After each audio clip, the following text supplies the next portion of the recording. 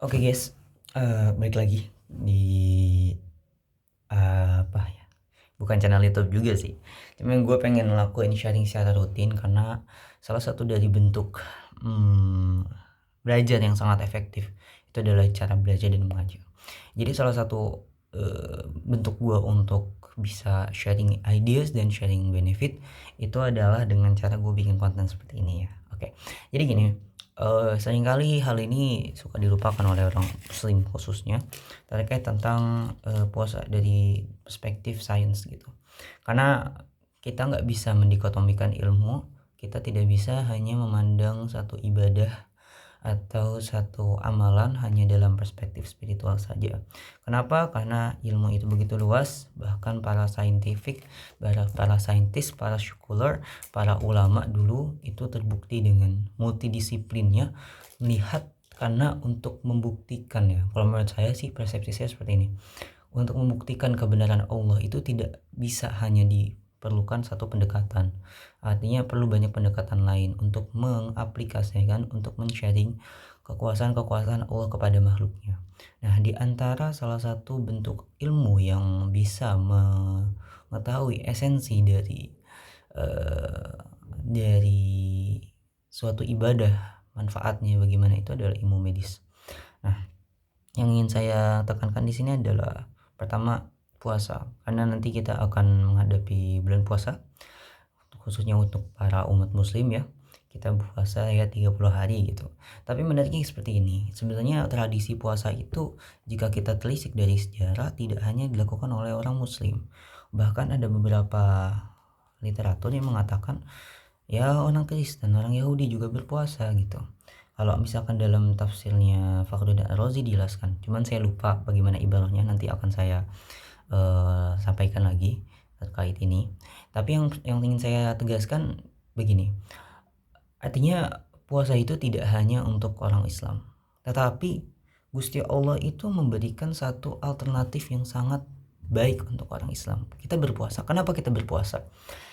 Banyak gitu kan. Kalau misalkan Gusti Allah memberikan derajat paling tinggi, tujuan ghayah paling tinggi itu dalam berpuasa itu la'allakum tattaqun, ya untuk kita bisa bertakwa. Bertakwa itu ya imtithalul awamir wartakil nawahi gitu kan. Nah, artinya ghayahnya udah ada nih, sampai sampai takwa. Nah, kalau dalam kitab Ihya Ulumuddin, Imam Ghazali mengklasifikasi orang yang melakukan puasa itu ada 3 level gitu istilahnya. Ada puasanya orang awam, istilahnya dia hanya kafun nawahi, kaful hawa dari dirinya. Artinya hanya sebatas untuk menahan hal yang membatalkan gitu, menahan nafsu gitu. Hal yang membatalkan kalau nggak salah sih. Nah, ada juga yang istilahnya yang khusus gitu. Khusus itu artinya apa? Artinya kita mencoba untuk menutup pintu-pintu kemaksiatan dari panca indera kita semuanya, dari mata, dari tangan, dari telinga, dari mulut. Karena ya pintu-pintu kemaksiatan itu ya bermula dari panca indera. Nah, makanya ada ghadul basar, ada melihat mulut kan. Dan sebenarnya menariknya gini, ini tidak hanya dalam konteks spiritual, tapi dalam konteks sosial, etika, dan pendidikan juga itu sangat berpengaruh. Karena gini, misalkan ini kita nggak usah ngeliat perspektif Islam gitu, kita lihat perspektif ilmu pengetahuan. Jadi gini, kalau misalnya kita bilang ilmu pengetahuan itu terkonfirmasi dari apa medianya, itu dari panca indera. Artinya panca indera tuh misalkan ente baca buku, maka ente menggunakan mata, ente mendengarkan podcast, ente mendengarkan telinga, ente ingin ente ingin apa istilahnya, mengekspor atau ingin memindahkan, ingin membagi, men-sharing idea itu dengan mulut. Ente ingin melakukan praktek itu dengan tangan. Nah, Islam itu saking baiknya kepada manusia, Islam datang itu untuk memberikan aturan yang secara wajib kita taati berupa puasa ini. Artinya puasa itu membuat kita untuk menahan diri kita pada hal-hal yang sebenarnya negatif untuk transformasi ilmu pengetahuan. Contoh misalkan di Islam sendiri ketika lagi puasa itu kan kita diharamkan ya, atau entah status hukumnya bisa ditanyakan kepada yang fuqaha, tapi istilahnya kita tidak diperbolehkan untuk melihat yang haram-haram gitu. Kenapa? Karena kalau misalkan kita lihat dalam konteks sains saja, ketika manusia sudah di-trigger oleh yang haram, misalkan kita lihat pornografi. Pornografi itu ketika kita lihat dalam konteks kesehatan itu sangat tidak baik, karena akan memicu adanya dopamin sesat gitu. Dopamin sesat itu apa? Artinya gini, otak kita di-trigger untuk melihat sesuatu yang sebenarnya tidak patut untuk dilihat, tapi kita suka. Akhirnya karena kita suka, kita kecanduan. Dan akhirnya karena kita kecanduan, kita jadi sulit untuk melepaskannya gitu. Nah begitu. Dan ini salah satu ini aja sih ya. Saya sebenarnya di sini hanya ingin sharing-sharing benefit, karena kalau katanya Kanjeng Nabi itu kalimatul hikmah dholatul mu'minin faman wajadaha, ya itulah, lanjutin hadisnya lupa. Tapi intinya artinya kita harus melihat hikmah daripada puasa ini, agar kita tuh kasarannya nih, mohon maaf bahasanya agak liberal, kasarannya kita tidak menjadi robot agama. Apa itu robot agama? Kita hanya menjalankan praktik agama, tetapi tidak memahami makna dari ibadah, makna dari aturan yang Gusti Allah tetapkan kepada kita gitu. Bahkan kalau kita ngomongin puasa ini, sebenarnya puasa itu bahkan dijalankan oleh orang-orang yang bukan Islam, seperti yang saya katakan sebelumnya. Artinya apa? Di tradisi barat sekarang itu ada namanya intermittent fasting. Jadi puasa yang mencakup kalau nggak salah ya 18 jam gitu, atau 16, bisa dicek untuk lebih tepatnya. Tapi salah satunya apa? Karena puasa ini itu kalau misalkan secara saintifik itu bisa memacu adanya hormon autofagi. Bukan hormon, pokoknya proses autofagi. Autofagi itu proses sel daur ulang protein. Jadi gini, kalau misalkan ente lihat di secara data itu, ini aneh coba datanya ChatGPT ya. Cuman kalau misalkan ente mau lihat secara lengkapnya, silahkan di Google ada. Ada 37 triliun sel manusia yang rusak dalam seumur hidupnya. Nah, sel rusak loh, 37 triliun. Ya bisa dicek lah total sel manusia itu udah berapa. Tapi intinya sel yang rusak itu seperti segitu banyaknya, segitu jumlahnya gitu kan. Lalu bagaimana kita mempersiapkannya gitu? Kan gini, al insanu mahalul khata wa nisyan kan. Insan itu ya lupa tempatnya, ya juga berbuat salah gitu. Ya kita tahu esensi kita tuh suka lupa, maka ya harusnya kita bergerak gitu. Kita bergerak pada kelupaan. Nah, Gusti Allah saking baiknya kepada kita, itu memberikan satu aturan khusus berupa puasa, berupa ibadah puasa. Untuk apa? Ya untuk kita bergerak untuk menjaga nikmat Dia, menikmatnya beliau. Ya itu apa? Ya nikmat sehat.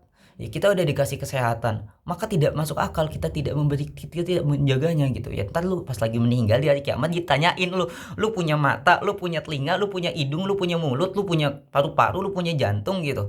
Terus nggak bisa dijaga, nggak dipertanggungjawab, ya lu dipertanggungjawabkan nanti pas hari kiamat, Pak. Begitu loh cara mikirnya. Nah gini maksudnya, mohon maaf agak gini. Nah gini maksudnya tuh, secara kita lihat secara saintifik saja, puasa itu banyak benefitnya. Salah satunya itu puasa itu ketika memang dilakukan secara maksimal, tujuannya ini secara saintifik, secara medis itu bisa memacu adanya fotofagi, artinya proses daur ulang sel. Jadi ketika kita puasa secara tidak langsung, kan gini konsepnya gini. Kan aneh bilang tadi kan manusia itu pasti ada sel yang rusak, 37 triliun sel rusak. Dan ketika kita puasa ini tidak langsung itu menimbulkan sel baru. Bagaimana? Ibarat kata gini, mohon maaf nih, lu makan daging banyak kan. Daging itu kalau lu kasih minyak banyak, itu nggak cuma protein yang masuk, lemak juga masuk. Kalau lu nggak olahraga, itu lemak bakal numpuk, bakal jadinya diabetes atau obesitas gitu kan. Tapi ketika lu puasa, nah ini lemak ini bakal dipecah lagi. Artinya lu yang udah makan pas lagi sahur, kalau misalnya masih di sel lemak, itu bakal dipecah lagi jadi sel. Akhirnya terhubung selnya di sel baru. Sel baru itu salah satu benefitnya itu dengan adanya meningkatkan usia yang muda. Artinya memperpanjang usia gitu, Pak. Misalkan kita ngambil spare waktu, manusia itu rata-rata hidup 80 tahun. Ini gue selalu ngomong kayak gini ke diri gue, mohon maaf ya. Manusia itu hidup sama 80 tahun. Misalkan secara saintifik seperti itu. Artinya ketika ente misalkan umurnya 20 tahun, ente setelah menghabiskan 1/4 umur ente. 80 bagi 4 berapa? 20. Ini yang umurnya 20 tahun, mohon maaf gitu kan. Ente umurnya 20 tahun nih. Nah, persiapan ente berarti berapa? 1/8 tahun lagi. Atau sisanya lah, gue lupa gitu. 1/6 misalkan, 1/6 tahun lagi. Ada seperenam, ada spare waktu seperenam tahun lagi gitu kan. Apa yang ente siapkan untuk mengantisipasi para penyakit-penyakit yang kronis yang nggak bisa didetek gitu? Kan ada penyakit misalkan kanker, ada penyakit jantung, ada penyakit misalkan penyakit diabetes gitu. Kita nggak tahu gitu bagaimana kita bisa mencegah antisipasi kayak gini gitu. Karena saking banyaknya, saking pusingnya, banyak banget aktivitas gitu kan. Ya bayangin gitu. Kapan kita kepikiran buat nyari konten kesehatan di YouTube selama 15 menit? Karena kita udah pusing masalah pelajaran gitu kan. Nah, makanya Islam itu saking baiknya Gusti Allah kepada kita, itu diberikan aturan khusus berupa puasa. Maka sangat aneh ketika persepsi masyarakat Indonesia yang memang melihat orang yang berpuasa. Ini sebenarnya gini, yang sangat sering kali salah pahami oleh orang Indonesia kebanyakan, puasa itu melihatnya hanya dalam kacamata spiritual. Pada ini akan sangat berkolerasi dengan hadis Nabi yang mengatakan an-ni'matani allati tansabihin nas, itu as-sihah wal faragh gitu. Ya sihah ini ya karena kita suka lupa, ya Gusti Allah kasih aturan ke kita gitu. Ya biar saking baiknya gitu loh bahasanya ya. Saking baiknya Gusti Allah begitu. Itu sih paling kalau menurut aneh yang perlu kita tegaskan gitu.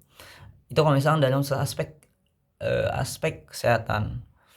Nah, kita lihat dalam aspek sosial. Artinya kalau misalnya kita lihat dalam aspek sosial ini, itu sangat berpengaruh. Dalam tanda kutip ketika memang orang yang ketika berpuasa itu. Bentar lu, sebelum masuk ke sosial, ada beberapa yang emang harus tekenin gitu. Salah satu yang memang aneh lihat di beberapa literatur, aneh lihat di ChatGPT khususnya ya. Mohon maaf, bisa di-cross-check lagi. Kalau misalkan memang ingin mencapai kepada tujuan medis atau tujuan kesehatan, ketika ingin berpuasa itu ya ketika misalkan kita puasa berbuka itu lebih baiknya sebenarnya secara medis ya itu tidak dengan yang bersifatnya karbohidrat untuk awal ini untuk dan ya lebih kepada makanan ringan gitu yang makan sehat pas sehat lima sempurna gitu kan, kurangin lemak gitu seperti itu. Iya gitu sih menurut aneh. Itu kalau misalnya dalam kacamata medis gitu. Karena gak bisa Pak kita menafikan ilmu kesehatan pada diri kita gitu. Kita gak bisa menafikan ilmu biologi juga. Semua itu saling berkorelasi dan saling berkaitan gitu. Artinya ini sangat banyak kaitannya dengan agama gitu artinya. Dan salah satunya yang kedua itu dengan aspek sosial. Bayangkan seperti ini. Ini aneh bayangin aja ya, bayangin saja. Misalkan mohon maaf. Indonesia umatnya ada 245 juta. Ada secara data terbaru misalkan dikatakan seperempat itu umat muslim. Jadi 245 juta. Maka anggaplah misalkan ada sekitar 70 juta umat muslim. Atau jangan 70 juta terlalu dikit. Misalkan ada 150 juta umat muslim. Misalnya Nasrani, Yahudi dan sebagainya. Ada 140 juta umat muslim yang mana 140 juta umat muslim ini itu memang dia itu secara etika itu terpengaruh dengan norma yang diberikan Gusti Allah dalam berpuasa. Artinya apa? Normanya kan dalam artian nilai-nilai puasa itu kan kita ya ghaddul basar pertama. Ya ghaddul basar aja nggak boleh, apalagi berbuat zina gitu kan, kayak Allahinya begitu. Kita melihat lawan jenis yang dalam tanda kutip dia itu tidak memakai pakaian yang rapi gitu. Apalagi kita berbuat zina, maka tindak kriminal berkurang. Itu dulu. Yang kedua, bicara lisan gitu kan. Kita baca yang kotor aja nggak bisa gitu, apalagi kita mau menjudge orang, menjatuhkan orang, meremehkan orang dan lain sebagainya gitu loh. Yang ketiga, tangan. Kita tangan aja itu nggak boleh kayak ngambil barang, apalagi adanya tindakan mencuri, membuli dan lain sebagainya. Tapi kan begini, seringkali manusia itu tidak diberikan pemahaman seperti ini oleh para pendai, sehingga aspek agama itu, aspek ibadah itu hanya dalam ranah spiritual dan agama saja. Padahal kalau misalnya kita ingin memperluas, itu banyak sekali. Bahkan ada satu riset yang mematakan bahwasanya puasa ini itu pokoknya judul risetnya itu benefit puasa untuk suatu individu, komunitas dan planetari. Planetari artinya sifatnya universal. Universal artinya seluruh global, satu planet gitu. Ibarat kata, kalau misalkan ini buktikan saja ya, buktikan secara logika. Ini jangan buktikan secara saintifik, buktikan secara logika aja. Misalkan di muka bumi ada 1,4 miliar. Misalkan saat kita ambil 50% saja 1,4 miliar. Itu menerapkan etika dan norma sosial yang diberikan oleh Gusti Allah lewat puasa. Maka apakah terjadi kriminalitas? maka apakah terjadi pertumpahan darah? Karena takwa ini efeknya itu nggak cuman lintas akhirat gitu, nggak cuman kita kepada Gusti Allah, nggak cuman vertikal, tapi horizontal juga gitu kan, kepada sama kita juga. Dan gini, maksudnya ini udah sih lebih kepada diskusi aja gitu. Yang saya ingin lebih tepat, lebih jelaskan kepada kita ini kan ini identitas kita. Ini akan berkorelasi dengan puasa juga.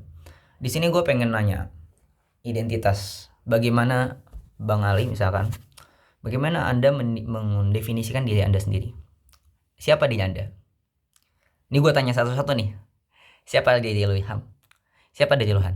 Siapa diri Lulan? Siapa diri Ludik?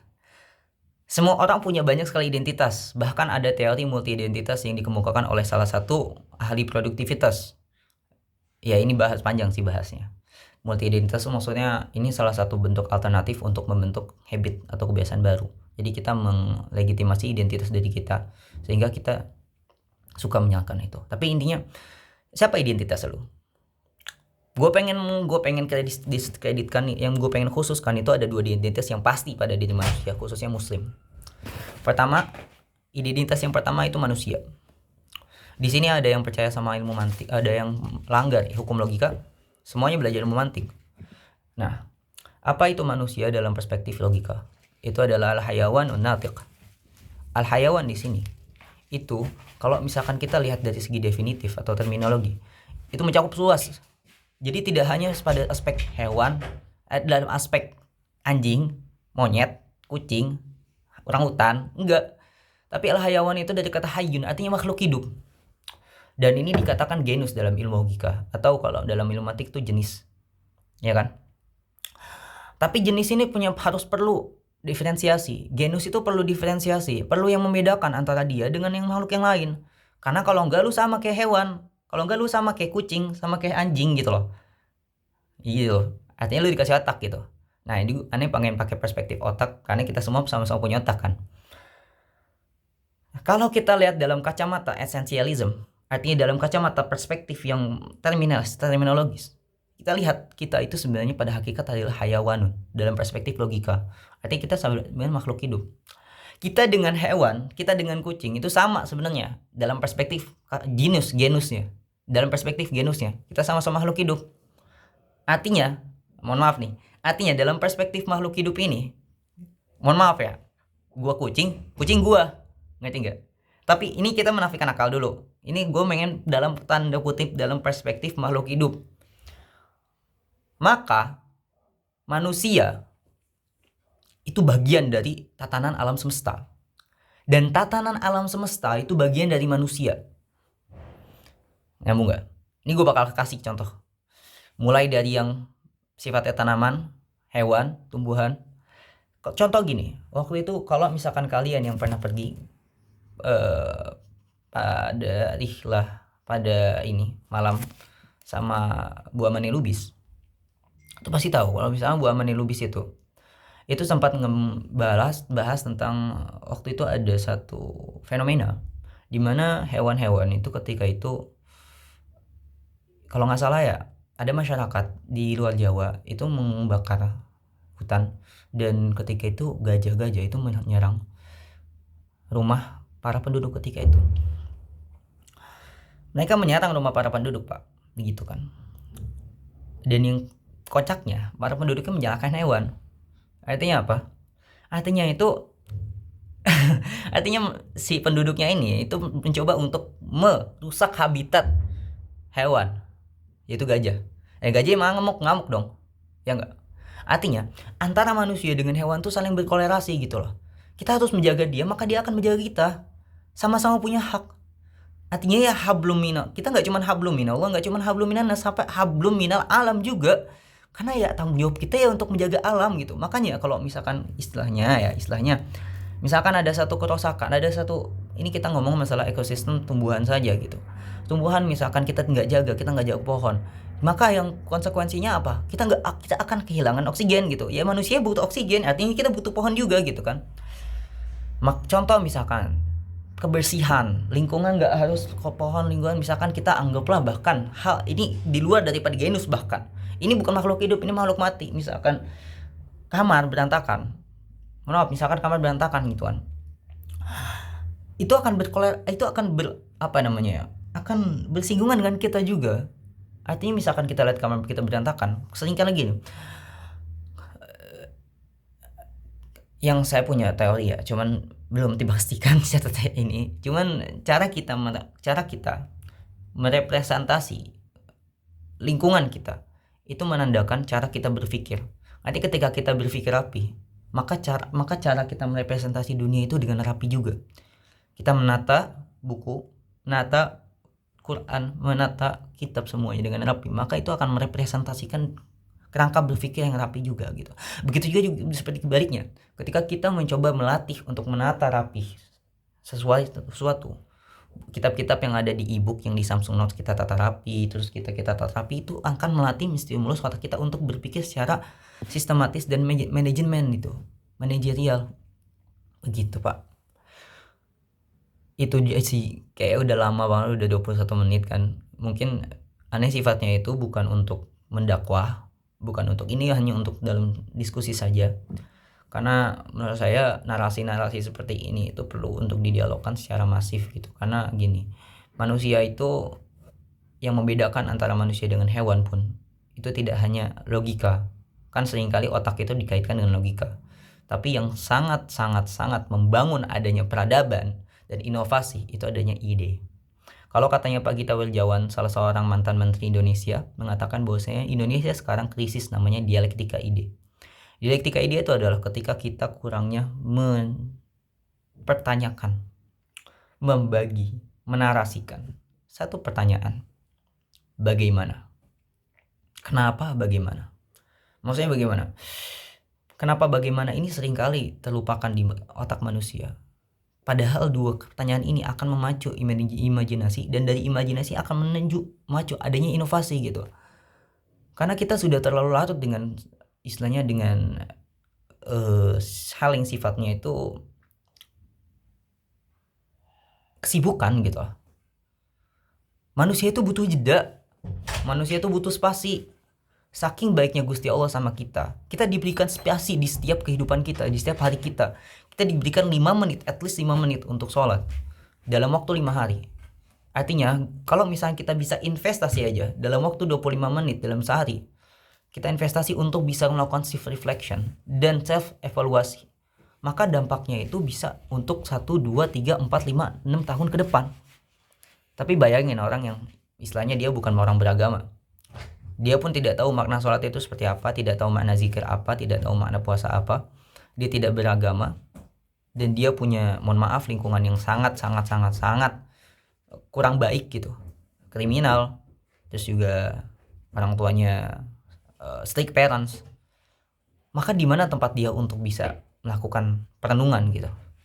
Dia sudah dipenuhi hidupnya dengan berbagai rutinitas yang sangat negatif, pun misalkan positif, tapi dia tidak menemukan jeda gitu loh. Tapi Islam saking baiknya kepada kita, itu memberikan jeda at least 5 menit buat mikir gitu. At least 5 menit buat mikir gitu kan. Oke lah, masalah kayak kita udah mikir masalah kita belajar gitu. Tapi gini Pak, masalahnya maaf nih udah. Gini Pak, masalahnya belajar itu ketika kita tidak melakukan self recalling dan self reflection, itu agak sulit untuk melakukan adanya aplikasi kepada diri kita. Karena gini, al-ilmu bila amalin kasajari bila samarin. Ilmu ketika tidak diamalkan, tidak diaplikasi, maka sebagaimana pohon tidak berbuah gitu. Artinya apa? Ini sebenarnya salah satu krisis pendidikan Indonesia. Karena kalau misalkan kita bicara ilmu itu atau pengetahuan akan sangat berintegrasi, sangat berikatan ketika sudah dipraktekkan. Maka ada istilahnya neuron dalam otak. Itu kalau misalkan kita ngomong kecerdasan, kita ngomong misalkan Albert Einstein atau masalah kayak itu ya, kayak istilahnya penemu Tesla itu kan siapa namanya? Astagfirullah. Ya itu banyak sekali orang pintar. Cara orang pintar belajar itu, kalau misalkan Elon Musk itu mempelajari mempelajari angkasa itu hanya dalam waktu 6 bulan atau 2 bulan 3 bulan gitu. Bagaimana dia bisa? Dia mulai dari branch-nya. Dia mulai dari the root of the knowledge, dari akar mulai ke batang mulai ke pohon sampai ada buahnya, bertahap tapi berkelanjutan. Apakah dia hanya fokus membaca buku atau kitab? Tidak, dia berdialektika dengan orang yang memang pakar di situ. Apakah dia hanya habis daripada membaca? Tidak, dia melakukan praktek. Seperti itu juga ilmu, seperti juga pengetahuan gitu. Dan seperti itu juga ilmu etika atau akhlak. Maka kalau misalkan kita ngaji kitab akhlak, kita misalnya nih, misalkan saja di pesantren itu satu hari kita ngaji mantik, akhlak, ushul fikih, apalagi nahu, shorof, semuanya. Tapi tidak berikan waktu sejenak untuk berpikir atau untuk praktek gitu. Maka mohon maaf gitu, masuk kuping kanan, keluar kuping kiri. Keluar kuping kiri, masuknya lewat tulisan hanya dalam bentuk nilai saja gitu. Sedangkan kita semua sudah sepakat, udah tahu lah kalau misalkan nilai itu tidak melegitimasi kepintaran seseorang gitu kan. Tidak melegitimasi kecerdasan seseorang. Karena Kanjeng Nabi pun bilang pada sabdanya, khairun nas anfa'uhum linnas. Bukan khairun nas allazi ilmuhum katsir gitu. Man ilmun nas man katsura ilmuhu, tidak. Kanjeng Nabi enggak bilang gitu, tapi yang saling bermanfaat. Bermanfaat itu untuk dirinya ya untuk orang lain gitu. Ilmu yang bermanfaat dalam definisi yang pasti disepakati oleh orang itu ya ilmu yang memang bisa dipraktekkan gitu, yang bisa diaplikasi gitu ya. Kalau misalkan cuma sekedar kertas, kita lihat orang Indonesia secara literasi aja buruk pak. Maka aneh kalau misalkan kita itu menggantungkan kecerdasan kita hanya berbasis pada paper, kertas, disertasi, tesis, skripsi gitu. Maka agak aneh. Makanya kalau misalkan Pak Indra itu salah satu duta Kemenpora sekarang mengatakan, waktu itu saya ikut pelatihan leadership, beliau mengatakan salah satu bentuk antisipasi pada para intelek itu adalah kutukan intelektual. Karena mereka yang memang di atas sudah S3, mereka dirinya sudah ini loh gua nih, dan apalagi sudah dilegitimasi oleh orang-orang di sosial media, sehingga orang itu merasa ya gue udah aman-aman aja, gue balik juga udah pada datang ke diri gue gitu. Mereka hanya memandang kecerdasan itu hanya pada setingkat kertas, pada setingkat disertasi, pada setingkat gelar. Tapi kenyataannya ketika mereka turun ke lapangan, turun ke masyarakat, angkat tangan, angkat kaki, angkat pantat sekalian, gelar tikar gitu, ya udah selesai hidupnya. Banyak orang yang seperti ini, dan saya tidak ingin keluarga saya, karena saya anggap kalian sebagai keluarga, saya tidak ingin kalian seperti ini gitu. Kita harus tahu antisipasi terburuk kutukan intelektual itu ada pak. Apa maksudnya kutukan intelektual? Banyak, coba lihat, mohon maaf, orang S3 buku sampai 10 biji bun, tapi mohon maaf karena bukunya terlalu susah bahasanya, apakah ada yang baca kecuali orang intelek? Tidak. Bahkan Prof. Dr. Fahrudin Faiz itu menulis karya-karya yang sangat sederhana dan bisa dipahami oleh anak muda gitu. Dan beliau tahu target audiensnya anak muda, yang gak usah gue ribet-ribetin bahasanya gitu kan. Karena memang tujuan beliau itu ya bukan untuk pamer ke intelektualitarisan atau enggak, karena emang pengen menyebarkan manfaat dari ilmunya gitu.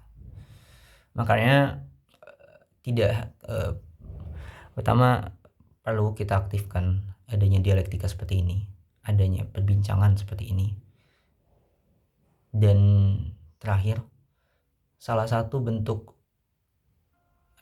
proses internalisasi pengetahuan kepada diri manusia yang sering dilupakan banyak orang itu adalah proses mendengar atau proses listening. Ini menandakan karena orang yang mendengarkan dengan baik menandakan bagaimana cara dia bersikap dan berbicara. Orang yang bisa mendengarkan sesuatu dengan komprehensif itu akan menandakan bagaimana dia akan bisa bertindak dan berbicara. Karena ketika kita proses mendengar, kita akan menghentikan suara-suara di dalam diri kita untuk sejenak. Para raksasa, istilahnya raksasa kalau dalam bahasa Anthony Robbins ya. Para desire, para hawa nafsu semuanya kita hentikan dulu. Kita gunakan alat kesabaran kita untuk meredakan itu raksasa. Dan kita biarkan nasihat-nasihat masuk. Tapi nggak bisa nasihat masuk ini hanya kita biarkan begitu saja, karena kita akan mematikan sensor kritis dalam otak kita. Maka perlu adanya penseleksian. Dan inilah yang dinamakan proses berpikir. Manusia lupa sekarang karena zaman sudah berubah. Jangan samakan, jangan romantisasi dengan zaman-zaman ulama yang mereka tidak ada HP, sosial media, semuanya. Tantangan kita, dajjal kita sekarang itu bukan di masalah akhir, tapi dajjal kita sekarang itu di yang kita pegang.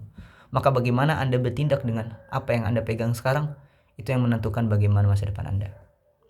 Sekian, wassalam.